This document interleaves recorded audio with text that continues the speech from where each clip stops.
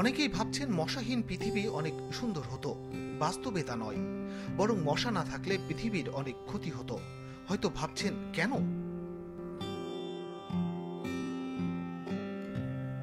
বাস্তুতন্ত্র বা ইকোসিস্টেমের জন্য সব জীবই অতি গুরুত্বপূর্ণ।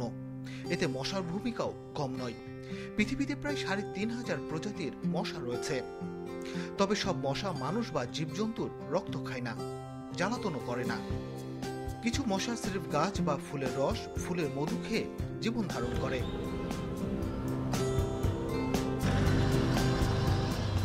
এদের মধ্যে মাত্র ৪০০ প্রজাতির ম্যালেরিয়ার মতো ভয়ঙ্কর কিছু রোগের জীবাণু বহন করে।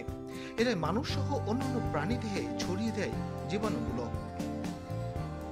জীববিজ্ঞানীদের মতে খাদ্য শৃঙ্খলে মশার ভূমিকা গুরুত্বপূর্ণ। মশা লার্ভা খায় মাছের মতো কিছু জলজ প্রাণী, আর পূর্ণবয়স্ক মশা খায় পাখি, বাদুড়, ফড়িং, মাকড়সার মতো প্রাণীরাও। এভাবে সব প্রাণী নিজের ক্ষুধা মেটায়, প্রয়োজনীয় পুষ্টি যোগায়।